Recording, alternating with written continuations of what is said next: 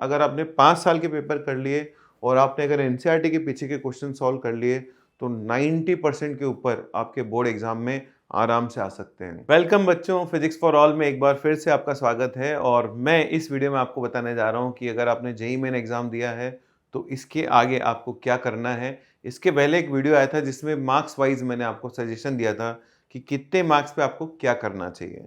उसमें मैंने ये बोला था कि जो बच्चे 12 के हैं, जिनको बोर्ड की तैयारी करनी है, उनको कैसे बोर्ड की तैयारी करनी है, इस वीडियो में वो बताने जा रहा हूँ। तो देखो बच्चों, सबसे पहली बात तो ये कि जो बोर्ड का एग्जाम होता है ना, वो जनरली रिपीटेटिव नेचर का होता है। यदि आपने पिछले 5 सालों के जिस भी बोर्ड में आप एग्जाम देने वाले हैं, चाहे वो राजस्थान बोर्ड हो, चाहे वो सीबीएसई बोर्ड हो, चाहे महाराष्ट्र बोर्ड हो, 5 साल के जो पेपर्स होते हैं, यदि आपने 5 साल के पेपर्स को अच्छी तरह से कर लिया है, देख लिया है, तो आप यूँ मान के चलिए कि लगभग-लगभग आपका सारा पेपर आपको उसमें मिल जाएगा। तो सबसे पहली बात, जब आप बोर्ड एग्ज़ाम की तैयारी शुरू करें, तो आपको क्या करना चाहिए? 5 साल के पेपर्स करने चाहिए। या एक काम कर सकते हैं, पहले 2 साल के पेपर करें, फिर आपको आइडिया लगेगा कि बुक में से आपको क्या पढ़ना चाहिए।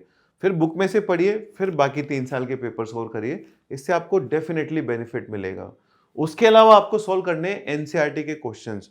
जो एनसीईआरटी में पीछे क्वेश्चंस होते हैं, या आपकी जो भी स्टेट बोर्ड की बुक है, उसके पीछे के क्वेश्चंस।